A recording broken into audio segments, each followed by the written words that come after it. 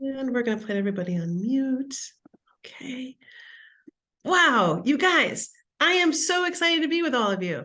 This is content that is so near and dear to my heart.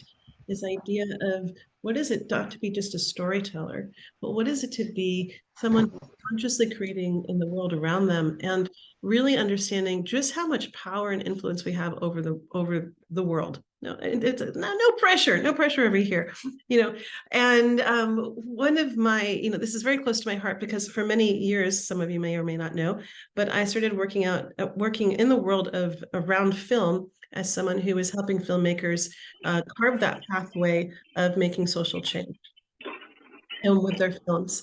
And so one of the things that we are doing today is we're talking to three incredible storytellers and one firecracker moment. Four incredible storytellers. I mean, Kathy, it's so funny. I always think of you as someone who empowers so many storytellers, but you're also an incredible storyteller yourself. So let me introduce Kathy, and she's going to take it away, and we're going to have a very vibrant conversation. What I would say is that let this be exciting and interesting as we can make it. So if you have questions or thoughts, please place them in the chat box, and we will pick up as many as we can as we go.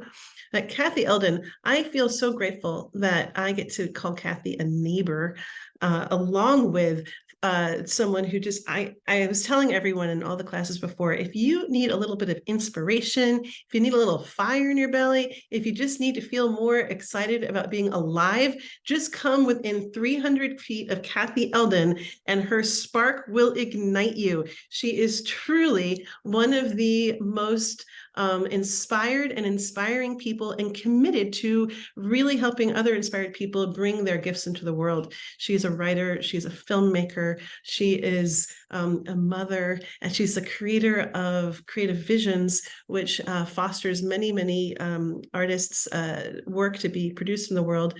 And along with that, she is also dedicated to producing entertaining social impact media.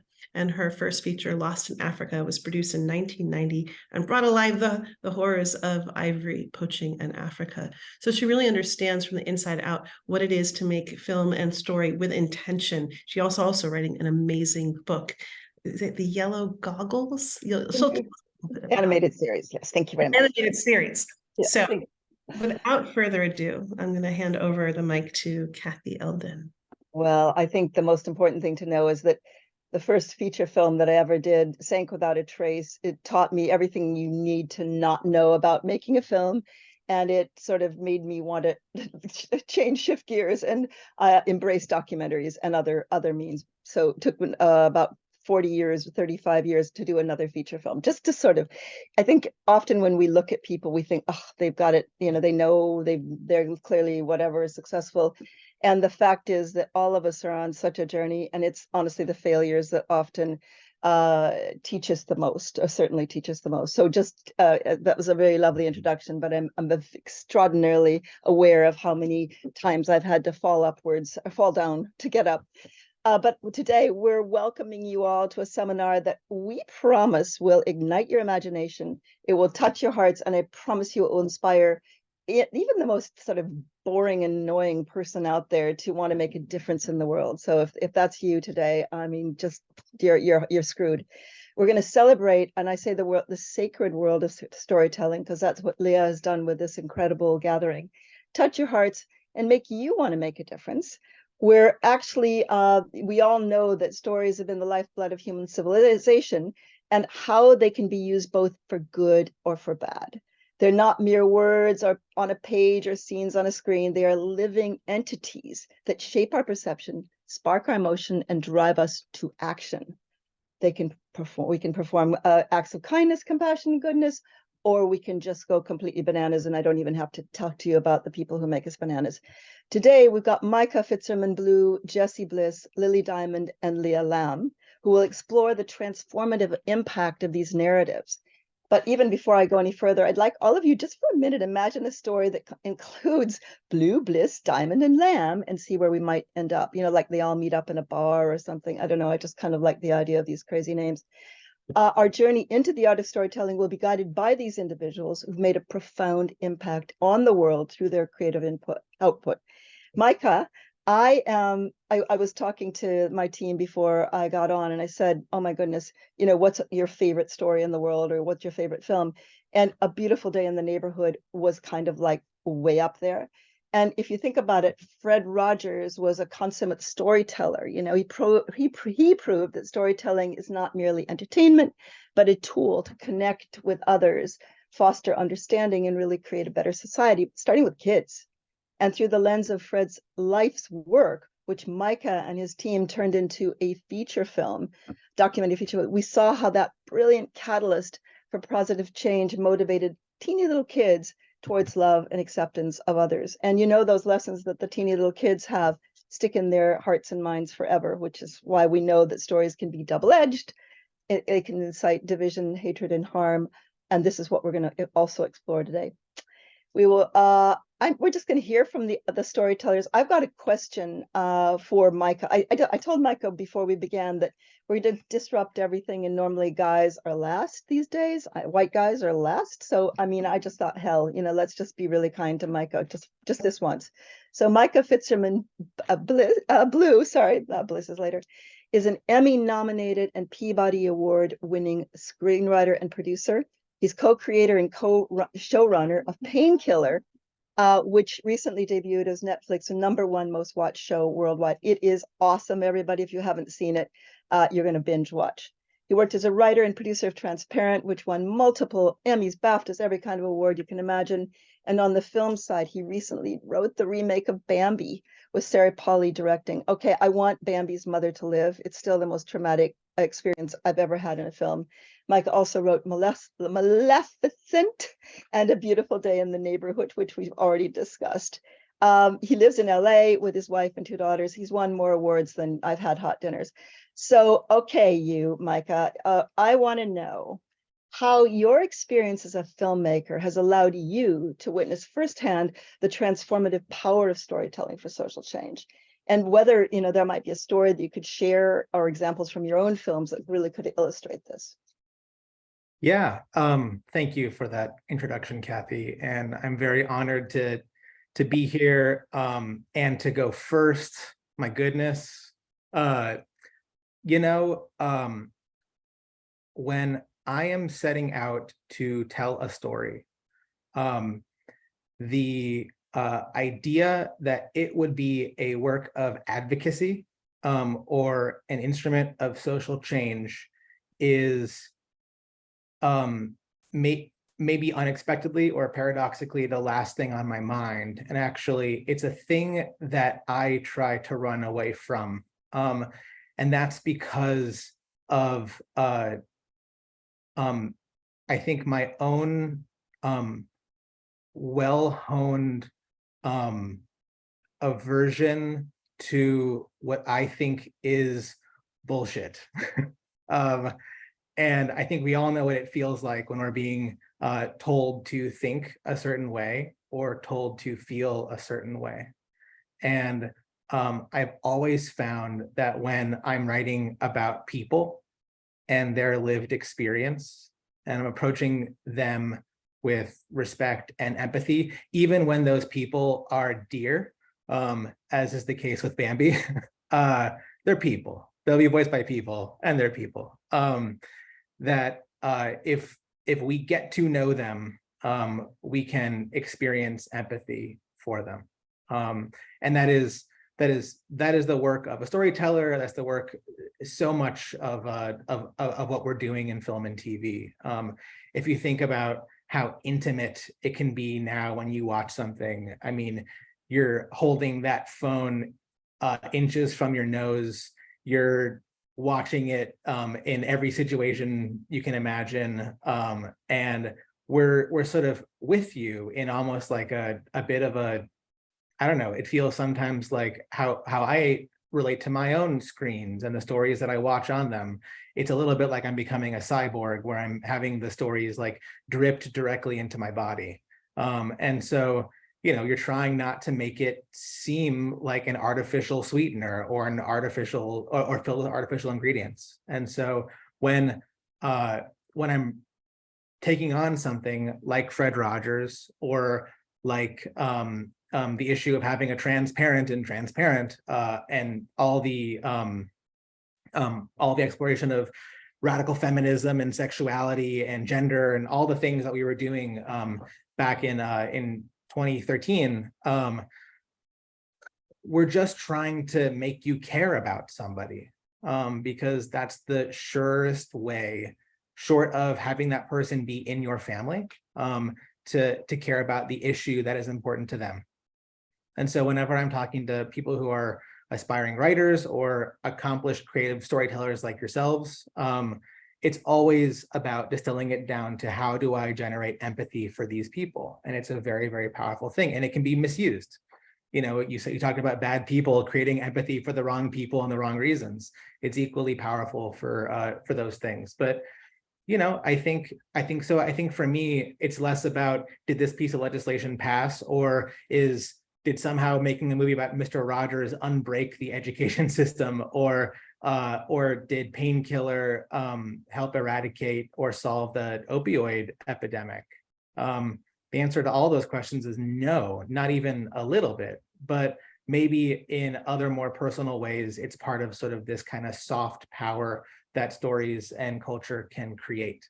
But yeah, I mean, I had a friend who had no idea that I wrote that movie about Mr. Rogers, and he was estranged from his dad, and he had not talked to his father. He had a son himself, and that movie deals a lot with fathers and sons. Here I go, being a white guy talking about other white guys that they made. But for him, it was something clicked when he watched that movie. And he called me and said, I have two things to tell you, Micah. Number one, I had no idea that you were in any way part of that film. And number two, I called my dad for the first time in 5 years. And it was the first time we spoke. I've had parents of people who lost their kids to addiction and overdose and that horrible illness, and reach out and, you know, express that they felt seen, or that, you know, probably the most touching thing I got regarding Painkiller was from a mom who wrote me why she couldn't watch the series. And that just, but that knowing that it was out there, and then knowing that people were thinking about these issues and thinking about the real people who were impacted by Purdue Pharma and by OxyContin, that made her feel less alone in that moment. Brilliant. Oh man, Micah, I love that you started with you couldn't stand bullshit. So that really woke us up. And I think what you're doing is so authentic and so real that it's really extraordinary to hear the stories of the people you actually are impacting. Don't you find that mobilizes you around the next project, that you feel there's a sort of Amy and I recently, we're getting messages from something we did 20 years ago, and people are telling us that it's out there and we kind of forget. But does that make you feel like you're going to try harder? Or no, it terrifies me because I spend so much time alone writing things that it feels strange when other people interact with them, and I feel very uncomfortable and like I'm crawling out of my skin. But I love that for you. Get this boy out of his cave. Come on, this is outrageous. You got to come to Creative Visions. We have great parties and we get people like you together with other isolated little cocooned people. So we need that.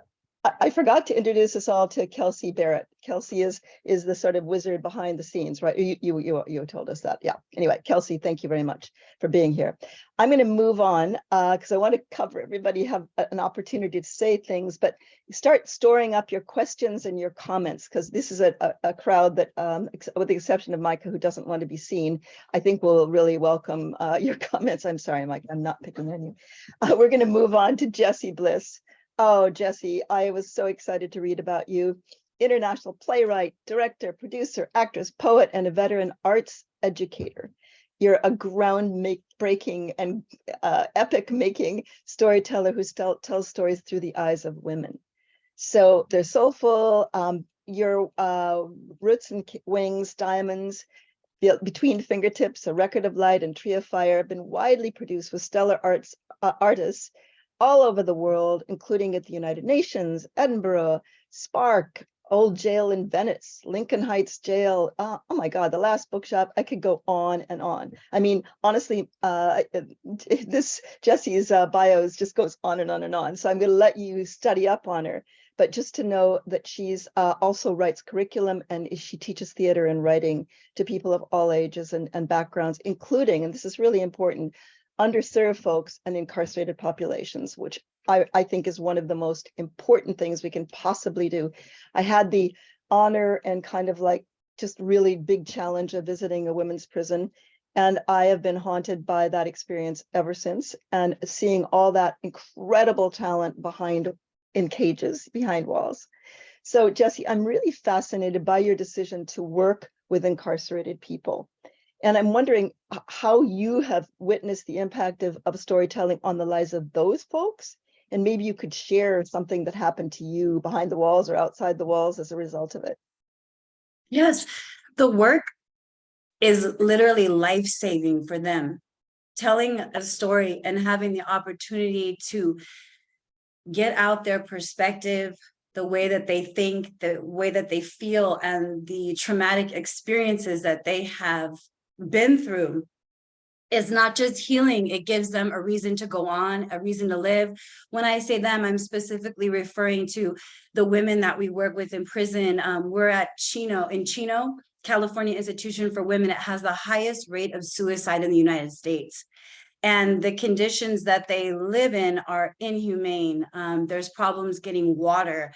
There's excessive abuse at the hands of the people who work there in all capacities. To this day, we've been at that prison for 6 years. I've been going in for over 20 years now. I'm system impacted as a young person. I had a very traumatic childhood, and my boyfriend, when I was a teenager, he went to prison. When I was 16, I was pregnant with his child, and I ended up, I did the time with him. I was at the prison all the time. I was his person on the phone every day and writing the letters, and I was his lifeline. And I had no idea at that time in my life how it would inform my work as a writer and an artist. And I ended up taking my energy and using it in a positive way, and really taking my work as an actress at that time and as a writer seriously, and putting that at the forefront of my vision and my identity. And it actually saved my life. And so as my path has progressed, I have felt this constant burning passion to create the same type of space that saved me, and continue to offer that. And so out here in the streets of Los Angeles, my theater company, we do shows written by women. So for example, we had a walking tour in 2019, right before the pandemic hit. It's called Luminous Streets, and there were 5 different plays at 5 different venues, and all the plays were centered on the theme of women's survival and pursuit of justice. And the man that led the tour is Tobias Tubbs, and he did 29 years in prison for a crime that he did not commit. And he led with freedom and with passion and ferocity as an ally to us. And it was an extraordinary experience for people to be led through the streets by Tobias, and to have his presence on this show. He cried in rehearsal and said, I haven't been around women for 29 years. And the fact that you all are creating this space for women's voices to be heard, voices that have been held down and held back for centuries, is so profound and important. And he was just weeping. And it really ignited the cast, and in turn ignited the audience with the importance of recognizing where women stand today. And although, obviously we've advanced tremendously, the truth is we were owned by men until, the mid 1860s. And we've only had our own credit cards since the 70s, and on, right?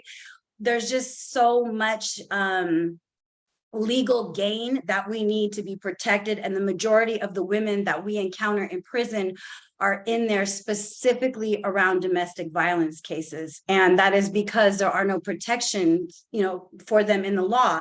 So when we use our, opportunity to tell these stories, using humor, using wit, using grace, using grit, we make it fun and powerful.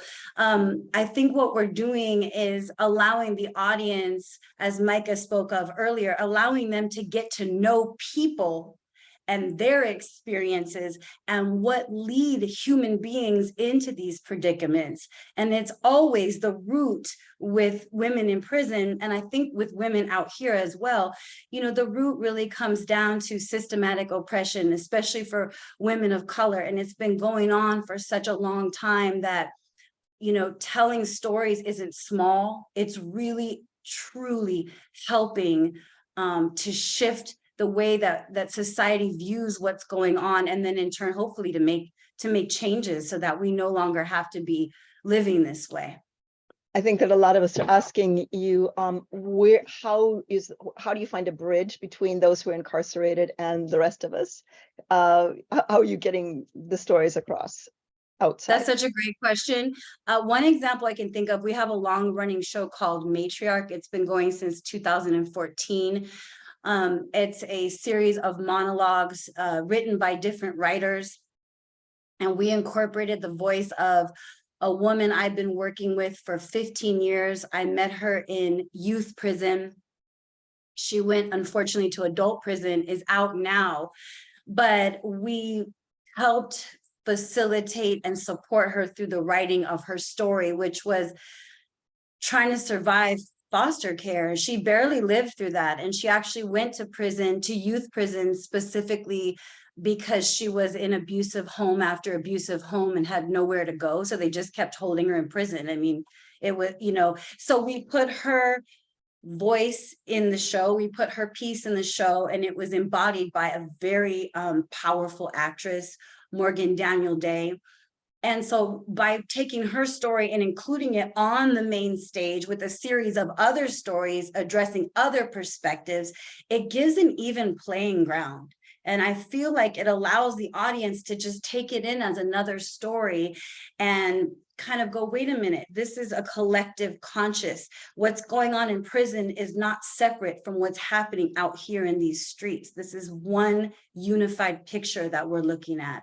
And we do that with every single show. There's at least one voice out of maybe 15 or 20 of us that has that perspective. And of course, my own experience, I'm sure, impacts the approach to the work. I actually found that so interesting, and you know, the authenticity of that, and the courage to share what happened, and the fact that you were pregnant at that early age and your boyfriend was in. I have a friend who's writing a musical who's actually in a very similar situation, and she's done a whole musical about her experience. And you also said that was what helped you survive, or you know, be able to live. It saved your life. For me, my son was killed. He was a young storyteller. As a Reuters photojournalist, and he was killed while telling a story. And for me, honestly, the only way I could possibly survive was to turn it into a story. And Karen Blixen says, you know, the only way to get through sorrow is to turn it into a story. And I'm not quoting it properly, but the idea of, from so many of us, I think probably in the audience too, and is that the hard stuff is what is the grit that gives us the springboard to either be subsumed by pain and grief, or it gives us the fuel, the rocket engine fuel, to try to do something with it. So I'm full of admiration, Jessie, and I appreciate very much what you shared with us. And I'm going to springboard on to Lily right now, Lily Diamond. And then we'll come back all together in a minute, but you all have such incredible stories. Lily, we had a chance to speak just before this conversation, and I was so moved because Lily lives on Maui and she grew up there, and she is fully present in action during a time of extraordinary, unspeakable, unthinkable disaster and the disruption of so much.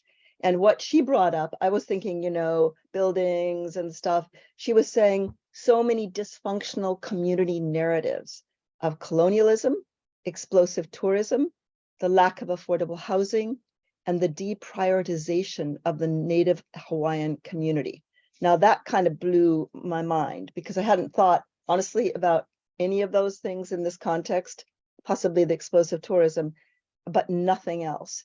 And that was really riveting for me, Lily. And you, who are a writer, an educator, an advocate, whose work seeks to redefine the narratives of interdependence and care within our Earth and human communities. Lily is the author of a best-selling memoir cookbook called Kale and Caramel, recipes for body, mind, heart, and table. I can't wait to get that, actually. And a co-author of another book called What's Your Story? A Journal for Everyday Evolution. And we're going to talk about that too. Her works have been written up by the New York Times, Vogue, The Independent. I mean, again, the list goes on and on. She speaks and she teaches nationwide, including for Yale University, for Jane Goodall's Hope Summit, American Express, Museum of African Diaspora, Goop. That's good. We like Goop.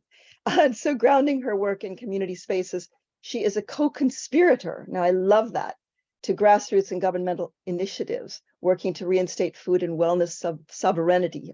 I should have rehearsed this in the context of long-term sustainability. She was educated at Yale, but lives in Maui. And Lily, when we're in the chaos of disaster, there seems like there's space to rewrite stories and change the narrative. And you come out of that wonderful journal. Can you talk to us about how that kind of plays into what you're trying to do now? Yeah, absolutely. I think something that is a thread through all of these stories, and that you bridged us so beautifully here with is grief and loss, and tremendous loss, like obliterating loss, and how we narrativize loss and how we relate to loss can be both, therapeutically healing, but also transformative. And I think in the What's Your Story journal that you mentioned, which is co-authored by dear friend and mentor of mine, Rebecca Walker, one of my favorite chapters in that work is called In Community. And one of the primary questions that we focus on, that I think is one of the most important questions in the whole book, is whose stories are uplifted and spoken in your community, and whose stories are diminished and silenced in your community. And coming from that perspective, when you think about that, and you think about whose narratives are centered in the space that I live in, and what does that infer about the kinds of narratives that are spoken about this place in the larger world, then I can start to understand, what my work is as a storyteller. And so during this time, actually, you mentioned that I have been present here. I have been present for the past couple weeks, but actually for a lot of the time, I happened to have been on a plane leaving the island the day that the fire started, and then ended up in a situation where we still are under do not use water restrictions here where I live due to the wildfires, and or rather the fires, I should say. And so because of that, I was off island for quite a while, during which time requests started to come to me around prioritizing stories in the media and in the news, and getting stories out that were specifically focused on grassroots efforts and the Kanaka Maoli, or Native Hawaiian leadership efforts that were happening on the ground. And it became very clear that my work at that juncture was to serve as a bridge for the stories that were emerging on the ground, that have, quite honestly, needed to be told for centuries, around the devastation of Native Hawaiian communities, the prioritization of exploitive tourism, and the toll of those realities on life in the Hawaiian Islands, as looks very different from the narrative that is sold as a kind of simulacra of paradise to the world at large. And so interestingly, at this break, at this point of tremendous rupture, where so much devastation has occurred, so many, hundreds of lives have been lost, hundreds of buildings have been lost, entire communities have been torn apart and completely devastated. to get under the skin of what the actual stories are at this time that need to be spoken, and to allow for this moment of breaking to open into a space for stories that have not been spoken for many, many centuries. I'll say something that I've noticed, and it's come up particularly as right now we've cycled through another round of headlines with the devastating earthquake in Morocco and the floods that are happening in Libya right now, to relate to those headlines on a level that is, different for me than before, where there were several weeks where every time I would open up my, New York Times news app, my hometown, and the stories that were emerging from my hometown were at the lead. And to see what it looks like for the news cycle to move on to other stories, and to now be covering these massive losses across, many, many thousands of miles, and to understand that the stories that are coming out of those spaces are equally as urgent, and that we need to be paying as much attention to those, and to also ask the question, in these moments of crisis, whose stories are being uplifted, as we do to when they're happening in our own hometowns. Wow, Todd, thank you. I think all of us are just so completely there with you, and you've awakened us to issues that are so profoundly beyond what my superficial vision of all this has been. And I'm really, really grateful, Lily, and we'll be coming back to you for sure about what's been effective, getting the message across. I wanted to pull Leah in because you brought us all together. You're doing this incredible conversation, and you've heard what people are saying, and I'm sure you're just dying to climb on board, and I want you to have a voice here, a big voice. Well, this topic is so close to my heart, and part of it was I started in theater. And when I started in theater, when we come together and we do this active storytelling where we're giving and receiving in this communion, there was this energy that was building up in that space. And I could feel like, I was like, what can we do with that energy? And now more and more we have all these, these social impact campaigns where people can, they say, oh, we take a film like what Micah recently created and say, okay, well, we need more information about this. Now, what are the resources that get people to it? And now we're making these bridges. I think just in hearing everyone, the thing that's really touching me deeply, that it comes back to the question of, like, as storytellers, our role has been to be the guide. And we're getting in this time when, where there's more crisis, there's more disruption, there's more disconnection. And it, to me, raises that point more than ever of understanding we are at the helm of wielding one of the most powerful tools on the planet.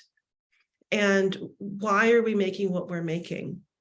And I just so valued what Jesse was talking about in terms of, wow, writing for life, that we know as creators, sometimes we write for ourselves, but that there's that moment when we write for ourselves, perhaps to stay alive or to make it through the hardest parts. But then there's this moment when it flips, and it becomes a giveaway. It gives us gift because it's no longer about me, it's about us.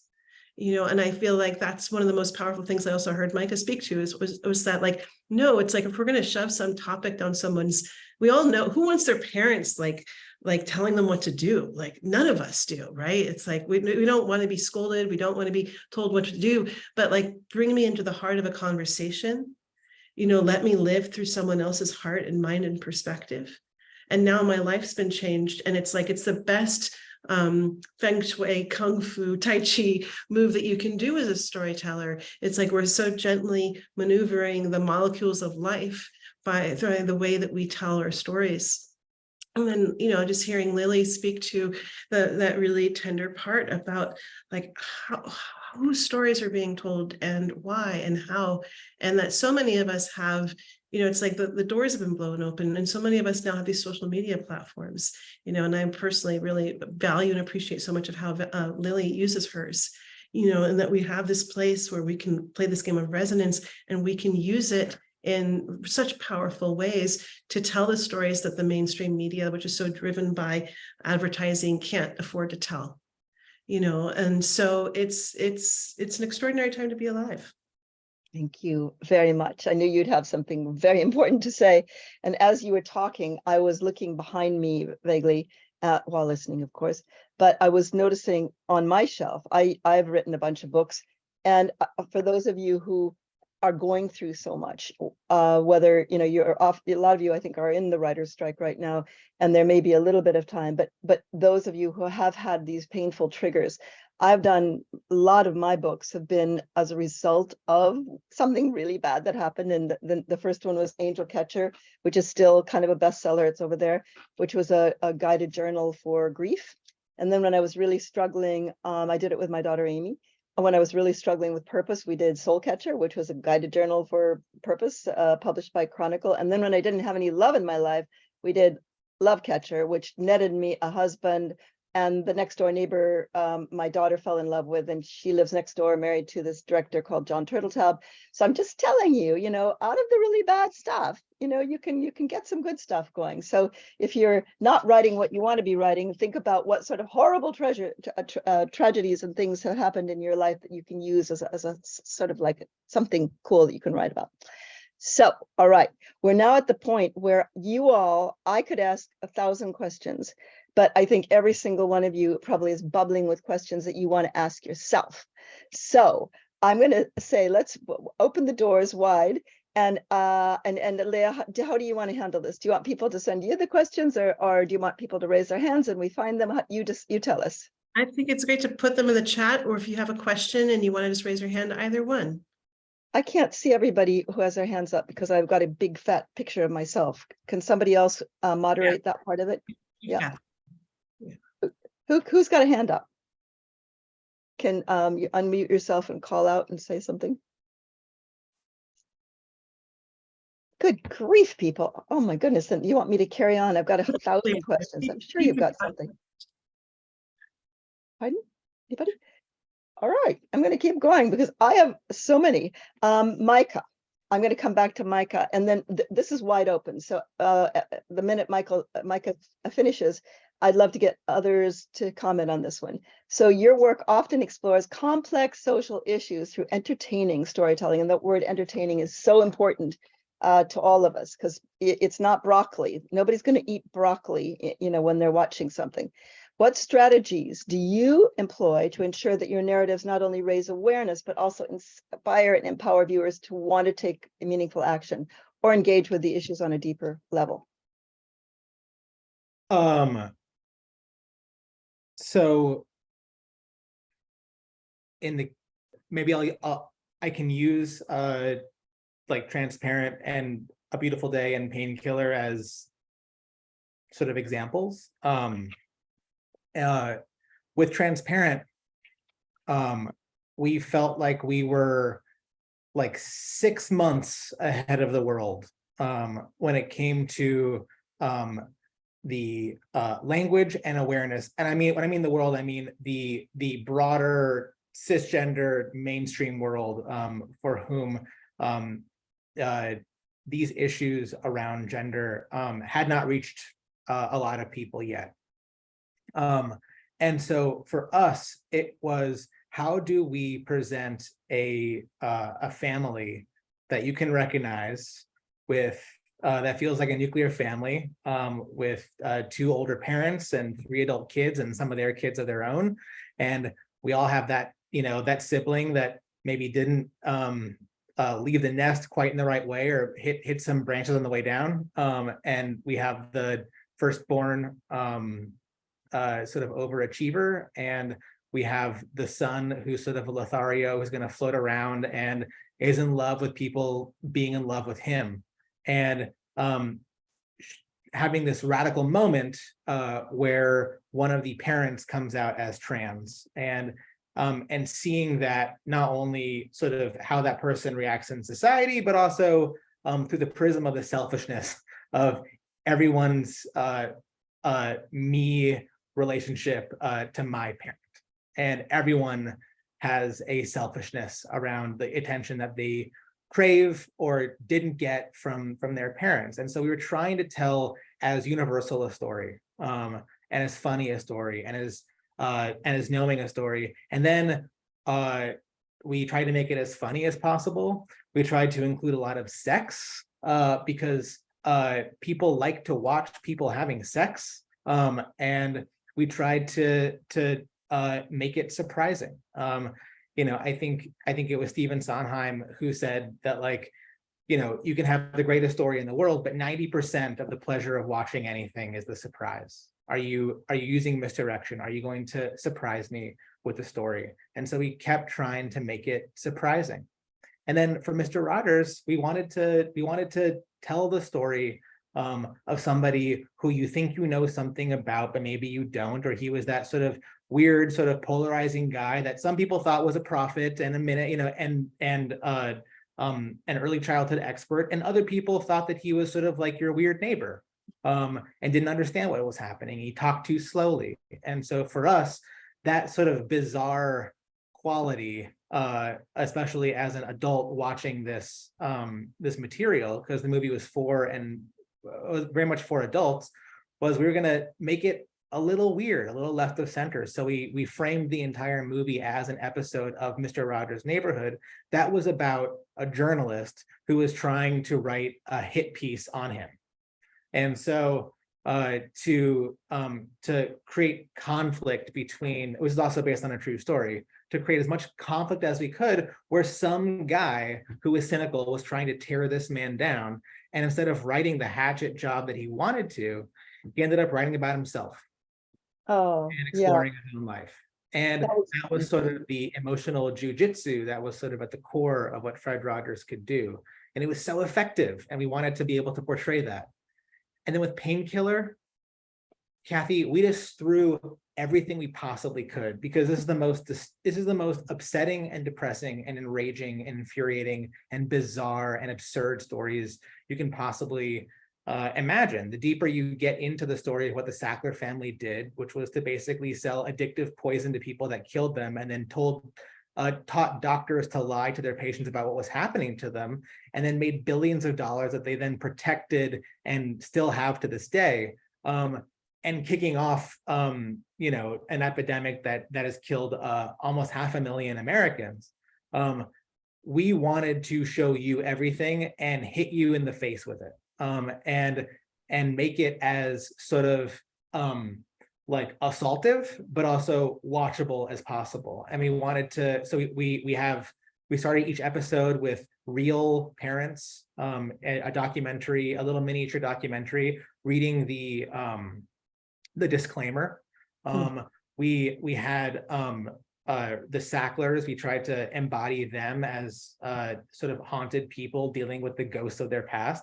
And then we tried to show both the sort of the perpetrators and the victims, and give each of them their story, and kind of have it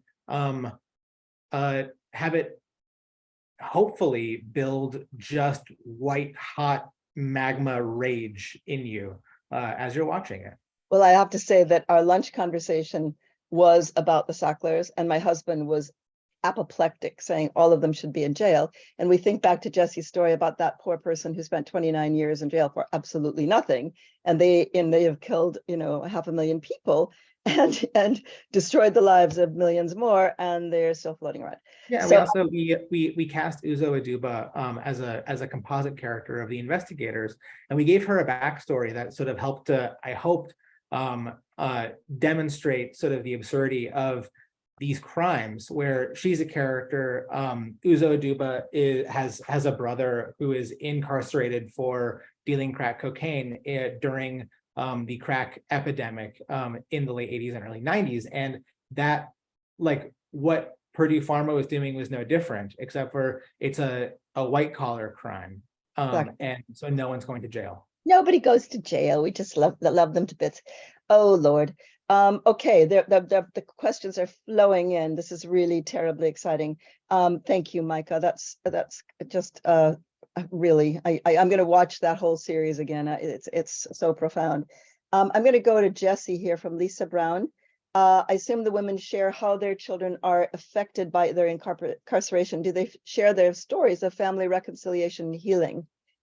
Can you jump in and tell us a little bit about that, please? And then we're going to go to Lily next. They do share those stories of reconciliation and healing, and it's mostly about safety.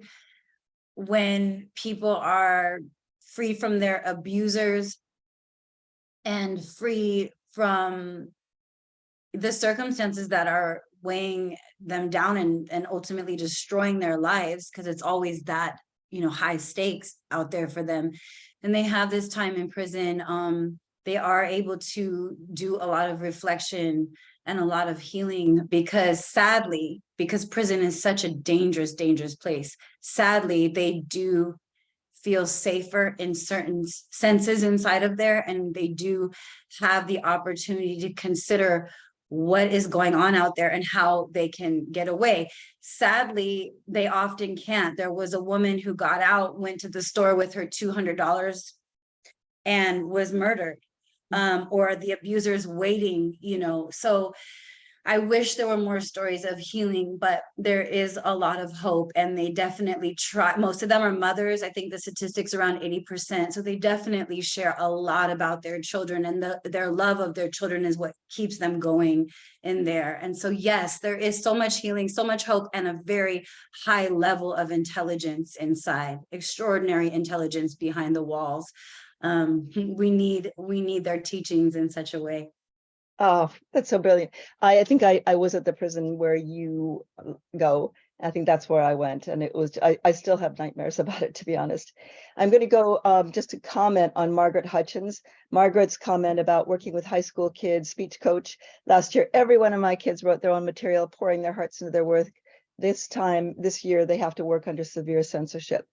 Just to say that Kim Snyder, who did Our Town, she's done a whole lot of brilliant films on children being killed, you know, through school mass killings. She's doing a film called The Librarians right now, which is a wonderful film about school censorship. I think speaking out locally is probably the way to go, you know, because it's really happening at a local level, and obviously going nationally as well. We're not going to dwell on this one right now, but it's such a brilliant question. But I want to get back to Lily right now. Lily, we had a beautiful question. Some examples of stories you're amplifying to the mainstream media. Would you be able to share that, please? Yeah, absolutely. So just to clarify, my work as a writer for, you know, a couple decades has been in creative nonfiction. So I write memoir and nonfiction myself, and have cultivated a space on social media where people are also familiar with coming to me and sort of moving through my work to understand various issues and around advocacy, and as you mentioned earlier, around food and wellness sovereignty and sustainability and dismantling white supremacy, et cetera.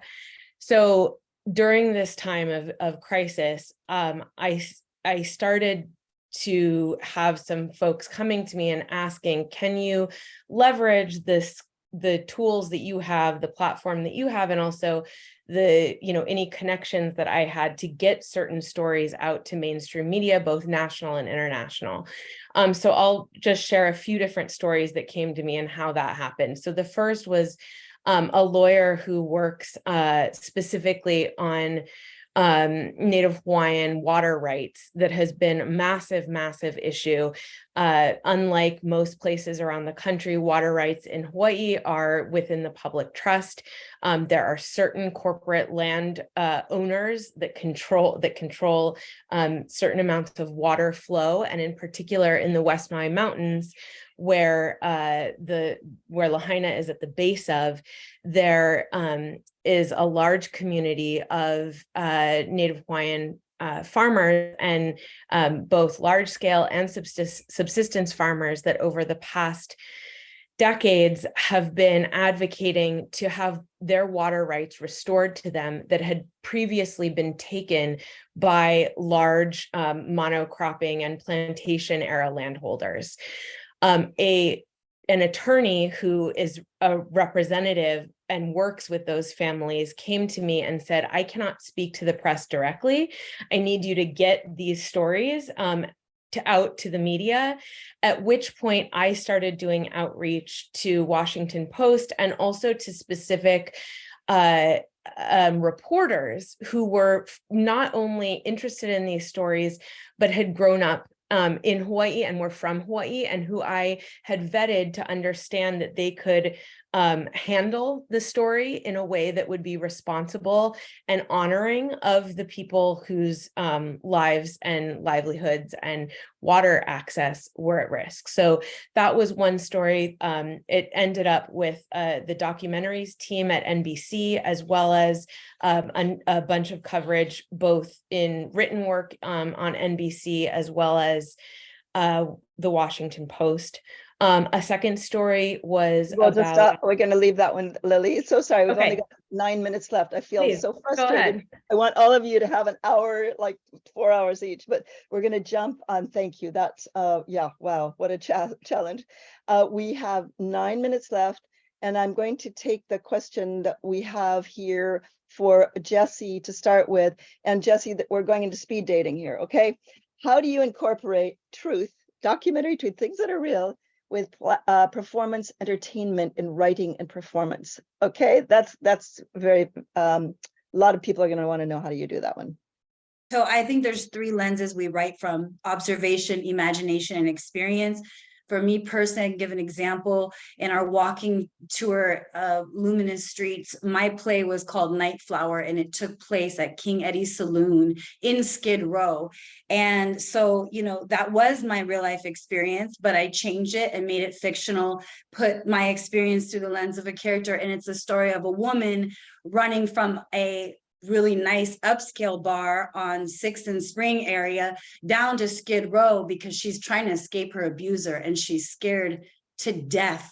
And she meets this man whose mother was a survivor, and he gets it. And they have this exquisite interaction with each other, and it gives them each the strength to do what needs to be done.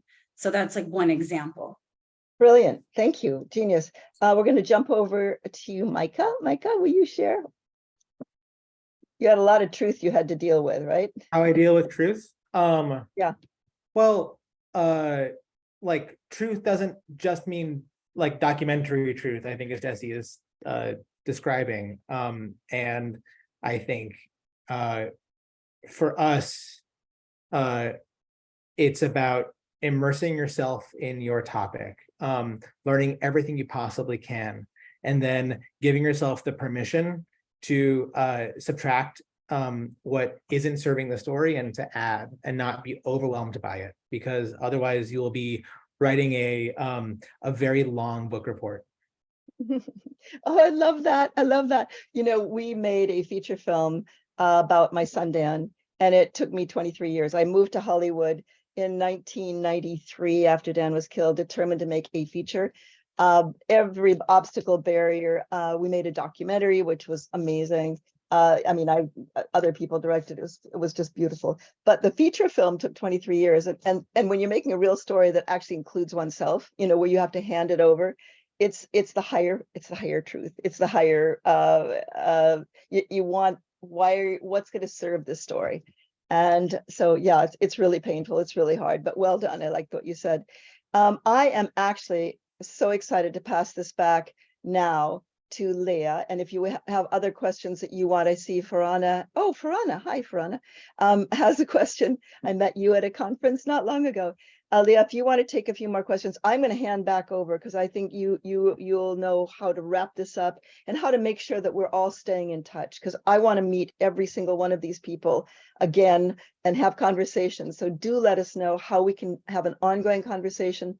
I'd love you all to visit creativevisions.org, sign up for our free network and be part of what we're doing. We can give you fiscal sponsorship, but I'm just blown away by the level of conversation of these extraordinary humans, and then what I see going on behind all of your heads. So Leah, I'm going to pass that back to you right now with my gratitude for being able to be here with you all today.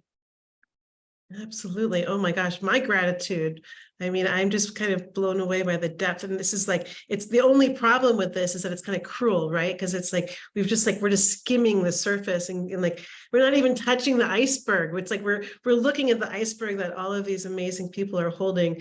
And Kelsey, I'm wondering, can you put the Creative Visions link in our chat so that people can see that organization? If you are an artist, and you need a fiscal sponsor, and you not want just a fiscal sponsor, but really a community of people that are really incredibly supportive. It's like, it's the gift that I can't even believe is in my life. So I'm so grateful to be crossing paths with you, Kathy.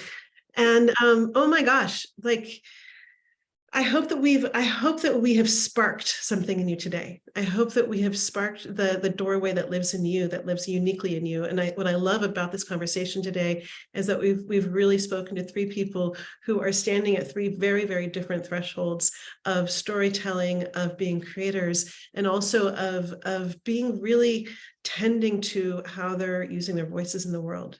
You know, I just met this young man yesterday at the bakery. Topanga has a secret bakery. You might not know that. But we do have a secret bakery. It's only open for 3 hours on Sundays. And I was sitting there and I was talking to this fellow and he was talking about this new film that he's made. It's all about porn. And it's me, right? I'm doing a sacred storytelling conference. So I have to ask the question, which is so not cool. And I'm like, so why are you making that film? You know? And it was great because at first he was like, I don't know, it's just an idea that comes to me and I like to make anything that I make, you know. And I think that it's like, as creatives, we're constantly getting inspired. The muses, all different kinds of muses, are constantly whispering in our ears. But then there comes this place of like that great, healthy, brilliant, genius ego that comes in that says, why? But what do I want to leave behind? How do I want to feed the next 7 generations? And we are feeding the next 7 generations through our stories and through our storytelling. And so thank you to all of you for the kind of, you know, depth and consideration that you're bringing to your work. We're going to send out an email with links to everybody's work, but thank you, Lily, for putting up links to yours. I can't say enough about Painkillers. It blew my mind. I got to watch it with my family and we couldn't stop watching, you know, and that's really something to say, to be a storyteller that can bring you to the edge of something that's hard to look at and somehow oddly make it compelling. It's just like, it's something to study if you're a storyteller. And Lily, thank you so much for standing so strongly at this edge and like really bringing the wholeness of the greater story that is going on. And we need more and more of that because that's what we do as storytellers. We get to bring in the wholeness.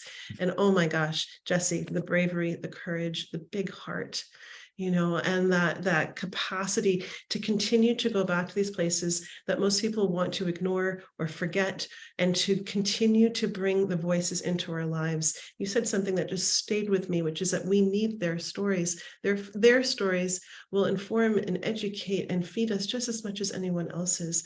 And so if you have these stories in you, I would just say to all of you, like, tell them. We want them. Like, you feed us. You know that this is going on for another 4 days, you know, in terms of this Sacred Storytelling Summit. Every conversation is so different. Tomorrow we have 4 classes going on. One of them is so unusual. I'm just going to tell you. And it's you know, I had professional training my whole life, and this was a class that no one gave me that I wish that they had: energy management for creatives and for storytellers. And I put it in there because so many people are inherently terrified to get up and stand up in front of a bunch of people and tell their story. And you're smart. There's a good reason why you're afraid. And so one of the things that we're doing is giving you the skills and techniques to really actually manage the energy that comes at you, and how to really be aware of the power that you have when you're working with that energy yourself. There are a lot more classes that are going in there. You obviously are on an email list. I'm not going to go through them now, but I look forward to spending this week with you. And thank you again, Kathy, for all the fire, the inspiration, the great questions, and for bringing us all together in this way. Everybody's clapping. Thank you. So lovely. Thank you. And if you are in the audience, I know we didn't get to all the stories, but what I want to recommend is, if you feel compelled, if there's something that you're taking away today and you just want to anchor it in and put it in our chat box, then feel free to just do that, because that's one of the ways that we get to remember things as we write them down. And also, I want to invite you to take yourselves off mute and give a big hoot and a holler to these amazing people and send them off in a good way out into their world. And that's what we can do. So I invite you to take yourselves all off mute now. Thank you. Woohoo! Thank you. Thank Thank you. Thank you. Thank you. Thank you. Yay. Bye, everybody. Mahalo. Right. Good. Aloha. What fun. But So grateful. Thank you. Thank you.